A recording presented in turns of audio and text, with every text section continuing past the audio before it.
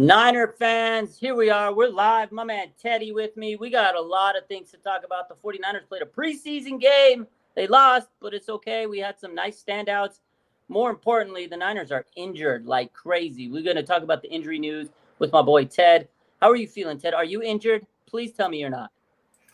I saw that calf injury from June 15th. I popped my calf, but I'd say I'm like 95% healed on that. So man. You're hurt crazy, too. My orthopedic surgeon told me 6 to 8 weeks, and here we are coming into week 8, and I'm still not quite there. So grade 2 calf strain.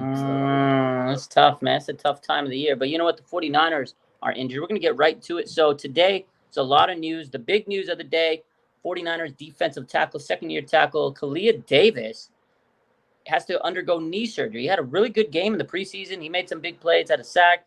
And unfortunate for him, he's undergoing knee surgery. He was basically redshirted, remember, because of ACL or a knee injury, right? So he hasn't really got much opportunities. He finally was getting there. It looked like he was going to do something, and he hurt his knee again. And now he has to undergo knee surgery. Kyle Shanahan said he will miss about half of the season. That sucks, dude, because we really need some interior defensive line depth. I know they brought in Elliott. I know they brought in Malik Collins. You know, you got your Gross Matos, but you were counting on this young guy, Kevin Givens, and some of these other guys. What do you think, man? This is a tough injury to me. I really thought Kalia Davis was going to make a little name for himself. I thought he was going to be like one of those underrated type players. Now he has to undergo knee surgery. What's your thoughts on that, Ted? Yeah, DJ Jones clone. He was playing really well in the preseason game. I'm just frustrated because at the end of the preseason game, they were basically like, "Oh, the Niners, didn't have any injuries other than obviously Ambry Thomas, we know about with his forearm." And then all of a sudden, now here we are, littered with injuries. You mentioned the surgery. It must be a meniscus tear to have a surgery and still make it back during the season. Because if it was like ACL, I guess it could be an MCL surgery too, but usually you don't do surgery most of the time on an MCL. So that's what I was thinking. I was thinking maybe meniscus or something. It sucks, man. You don't want these injuries. Again, young player who just hasn't been able to develop because of the injuries. The 49ers, every time you get Javon Kinlaw, injury cooked him out. Drake Jackson, injuries cooked him out. Friggin' now you have Kalia Davis, who had so much potential, like you said, a DJ Jones type guy. They even said that was the comparison. They go, oh, you could be the next DJ Jones. And now his knee's cooked out. So it's like, God dang it, man. What can we do? Deb says it's the Madden curse. It's unfortunate. So it is what it is, man. I don't know what else to do. This season is starting in a poor manner. Yeah, no, and that's not the only injuries, right? There's still some others to talk about. So I'll let you bring them up. And then, I mean, I did notice one silver lining, but I'll wait till we get through everything and make sure it's true. And then I'll mention it to make sure because, injuries are a bummer, especially in a meaningless preseason game. Yeah, that's tough, man. And that's why you don't play your players. But, I mean, he's not a starter, so then even your backups are not, free of injury risk. So it can happen. That's the risk you take in NFL and sports and football in general.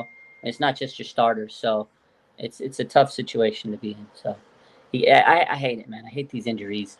But I mean, I would pile on with Deb and say not just Madden curse, but also Super Bowl hangover. The Super Bowl hangover is real, folks. Not just for the team that wins the Super Bowl, but even more so for the team that loses it. I told Eagles fans that last year after they lost to the Chiefs in the Super Bowl. And, it's one of the things that has me a little bit pessimistic about this season is that 49ers lost the Super Bowl, and Super Bowl losers almost always do really poorly after losing a Super Bowl. Yeah, it is. That's what people say. It's the Super Bowl hangover, like you said. So unfortunate. So yeah, Kalia Davis, it's tough news for him. I hope he can get healthy. We need him. He's a good player. He has potential, but like I said, Super Bowl hangover, it's real. As good as the Niners are, will they be able to absorb, all these injuries? They're going to have a target on their back, So what's going to happen with them? In addition to that, there was other injuries. You mentioned Ambry Thomas, broken forearm, a couple other things. Let me pull up some more things of today. Isaac Yiadom, cornerback, who they signed this offseason. Well, I really liked him. He was having a great training camp. He also will be out a couple of weeks. He sprained his ankle. This was on walkthroughs before Saturday's game. Kyle Shanahan said that right before walkthrough or during walkthroughs on the game, he sprained his ankle. That's how bad our situation is. And the man was doing a walkthrough with the team, and he sprained his ankle, and now he's going to be out for a couple weeks. He basically was doing nothing, and he sprained his ankle. Ted. Maybe that's why Ambry Thomas was in, because I was surprised. That's exactly what I was thinking when I saw this. When I was listening to Kyle, it all makes sense. Yiadom was hurt; he probably would have played, and then boom, Ambry's in there, was holding, and he stretched his forearm too far, and he broke it on a crazy play. That was a backbreaker because we had stopped Will Levis, and then all of a sudden, like, oh wait, there's a flag in the back of the end zone. I know. I remember that play. Like, I hope it's not holding. And D. Winters just crushed him, and then you hear the commentator, "Oh, there's holding on the play," and I'm like, "Oh, are you kidding me?" Yeah, and I just knew it was Ambry Thomas at that point. You just know it's Ambry. I feel bad for the guy, but yeah, Isaac Yiadom, he's also going to miss some time. Now there was a good update. Kyle Shanahan said that Talanoa Hufanga is going to meet his surgeon, his doctor on ortho, whatever, his doctor on Thursday. He has a big doctor appointment to take a look at his knee, and they're going to see what's going on, what's the status, can he return to gameplay. They said if his appointment goes well, his doctor's visit goes well, they're going to ease him back into practice. So that's great news. Niners need healthy players. They need stars. They need Hufanga. So that's good news for Hufanga. What do you think? Do you think Hufanga will be able to come back and be his old self? We saw Mustafa this weekend make some big plays, especially that big goal line hit. What do you think? Talanoa Hufanga, will he be back? Will he be ready? I mean, he'll be back at some point. Will he be back week 1? Probably not. I mean, he may be back playing, but he won't be back 100%. I would say it would be at least mid-season. You usually say 9 months to a year for an ACL.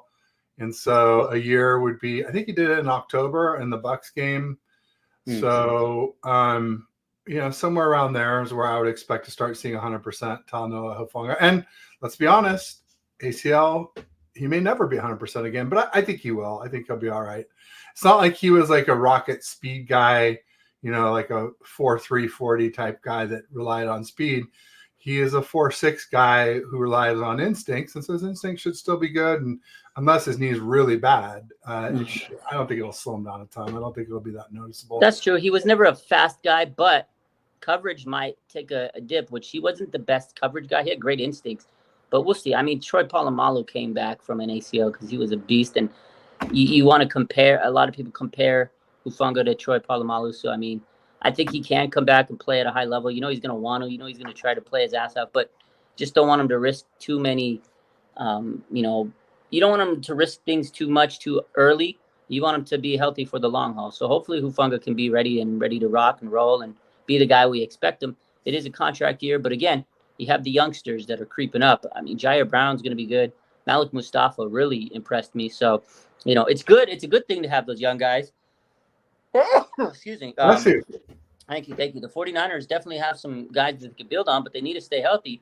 And the thing is, if Hufanga becomes what he was before the injury, like imagine if he's an all-pro again, he might price himself out of the Bay because they got money issues. They've been having the issue with Brandon Ayuk, right? All that stuff. Now, if they can't sign him, hopefully Mustafa can continue to build on his solid preseason and training camp, and then he's going to be the future, and you save money. So it's a big situation. Hufanga wants to come back and be healthy and earn his money because he's got an extension due if he really plays at the level. So I'm hoping that he comes back and he's ready to rock and roll. I mean, I would love to see Hufanga stay, but you do have a youngster in Mustafa who might be the heir apparent. So we'll see how it goes. A quick note here I want to add. We all know Ricky Pearsall missed this weekend, and he's been dealing with the shoulder injury. Now, apparently, Matt Barrows tweeted out today that he was doing some running and some work on the side field, some conditioning. I wanted to bring up Ricky Pearsall because something a little it irritated me this weekend. So I get it. He was hurt, and he wasn't going to play. He wasn't going to play. But he didn't even fly with it. He didn't even travel with the team. He's a rookie. He's not a veteran. He's not Nick Bosa. He's not Fred Warner. Those guys missed. They didn't travel with the team. Debo Samuel. I expect those guys. Debo was there, actually. He traveled to the game with the team. He just didn't play. But Fred Warner, he didn't make the trip. And Nick Bosa, those guys, I don't care if they don't. They're leaders. They're captains, whatever. It's preseason week. They've earned that right. Ricky Pearsall is a rookie, first-round pick. You haven't done anything to earn the fact that you're not traveling with the team. I don't know what the reason was. Maybe there was an issue, but I was not too keen on him not traveling with the team. I don't know. What do you think? That was my take on it. I was a little irritated. Yeah, unless going into altitude and coming back down, decompressing would have jeopardized the injury. That's the only way. But otherwise, I'm totally with you, Raj. Maybe. You know what? You're right. I didn't think of that. Maybe that was it. Maybe Kyle's like, well, the altitude, maybe you get a pass, but I would say that he didn't show up with the team. But you're right. Understandably. Hey, with Yadam, you said he's out a few weeks. So they said he might come back next week, but it could be a few weeks. But they're hoping that leads us to believe it's a low ankle sprain, not a high ankle sprain. Then. So that's good news. Yeah. And then one other thing I was going to mention regarding safety stuff. I mean, obviously, at least George Odom's been playing pretty well. Like it was always sort of like, oh, special teamer George Odom, but now it's kind of like safety George Odom that plays special teams almost. Seems. I agree. Yeah. He looks pretty good. He looked good in training camp. He looked good in preseason. So I mean, he's been on the team for a while. He definitely is a special team ace, but maybe we can utilize him a little bit more. They need depth, man. They got these injuries and they're piling up. So hopefully he can combine, be there for a little bit more. Moving forward. Well, go ahead. Yeah, well, just one thing I was going to mention. Remember, I said there was a silver lining with all these injuries, and that is, remember when D. Winters went down? Mm-hmm. How scared were you? I was so scared. I was freaking out. So at least D. Winters is okay because D. Winters was a winner. Big hits. D. Winters was a winner on week one. You want to talk about guys that raise their stock? This guy was woo. Yeah. Woo. So that's my silver lining about all those injuries is at least D. Winters is okay. He was great. I'm happy. I guess at least Isaac Yadam sounds not serious, so that's good. Nothing too crazy. But Khalid Davis for sure, though. Yeah, that is tough. But yeah, we need these guys. Now, speaking of guys that raised their stock, Ted, Dominic Pooney had a very, very impressive preseason week one. You've seen the film, you've seen the game. He had the Pooney push where he led Mason into the end zone. Very good game for Pooney. Now, Kyle Shanahan basically said today that there's a really good chance that Dominic Pooney will start this season at guard. Like he's a bona fide start, not just because of injuries, but he really likes what he's seen out of him. So Kyle Shanahan basically said today that John Feliciano, who's been dealing with the sore knee, it's kind of week to week. It's not a day-to-day issue. It's kind of week to week. They don't know when he's going to be able to come back 100%. He's got the knee soreness. I mean, he's an older guy. He's been on the league for 10 years. So it's unfortunate. And then you have a guy, Spencer Burford, who's had a broken hand. You got this guy, Dominic Pooney, who's taken advantage of his opportunity, and he played good. So that's where we stand with this right guard position. It's still a battle. Feliciano sounds like he could be the starter, but his knee's cooked. You got Spencer Burford. He hasn't really been able to go out there and prove himself against Pooney because of the broken hand. And now you got Pooney dominating. So what do you think of that guard situation, right guard situation? I would love it if Pooney could win the job because then that could free up Feliciano to have the Daniel Brunskill, ultimate sixth man on the offense because he can play all five positions. So I would love to see Feliciano just waiting in the wings for whoever gets dinged up. Hopefully not seriously injured. I agree. I like him. He's very good. He's versatile. He can play it all. So hopefully he's not, too banged up. But knee soreness, that's one of those things that's very vague. It can lead to many things. So hopefully his knee gets better. They just got to be easy on him, and we'll see how it goes. Sahaj wants to know any updates on Talanoa Hufanga. You might have missed it. We did mention Hufanga. He's getting his knee looked at on Thursday by his doctor. If it goes well, Kyle Shanahan will start to progress him, and he will probably be cleared within the next week or so to get back to practice. So that's the good news on Talanoa Hufanga. Now, another guy that we talked about, Pearsall and the wide receiver issues. Earlier last week, they did say they were going to sign Robbie Chosen. Today, they made it official. They officially signed Robbie Chosen The wide receiver, been on many teams. They actually signed him today. He's officially a 49er, and they waived and they put him on the injured Frank Darby with an injury designation. Darby actually had a pretty good game on the preseason, but unfortunately, it looks like he had an injury designation. They were going to sign Robbie Chosen anyways. Now they waived the guy, and then Robbie Chosen makes his Niners debut in practice today. So, what do you think? You think Robbie Chosen has an actual shot to make this roster? It depends on BA, right? If BA ends up getting traded, then he might have a shot. Otherwise, I would just say Robbie Anderson wasn't chosen by anybody else. That's why we got him. So, man, did you see when he signed, bro? There was a tweet. He was like, "Thank you for the opportunity." He was like gushing, crying. He said, "This is the greatest opportunity." He's kind of looks like he's so thankful of being with the 49ers. I will see. We were at training camp and we saw him that day. He was you actually left early, but that was the day he was there after training camp. And we noticed, we were practicing. Me and Rohan were like, "Yo, is that Robbie Chosen?" And then all the news outlets broke it. And then sure enough, they signed him the next day. But, I mean, I think he'll be there for the preseason. I don't think he makes the roster. But good for him. I'm glad he's getting this opportunity, maybe a practice squad. Kyle Shanahan today in the press conference said he's always been a fan of Robbie Chosen. So I don't know. He really likes him. I mean, he's kind of a deep threat guy, right? 9-route guy. So maybe if Jacob Cowing has injury issues, who knows? I mean, Cowing came back today in practice from what I heard. That's why he didn't play in the preseason game because he's been dealing with the hamstring, but I think he'll be ready for the next game. We'll see. But yeah, that's pretty much the big injury news and what happened today. I don't know. Do you think what were your overall thoughts? I didn't ask you. What were your overall thoughts on preseason week 1? I obviously I love to see JP Mason running with authority. Mentioned Malik Mustafa. I mentioned D Winters.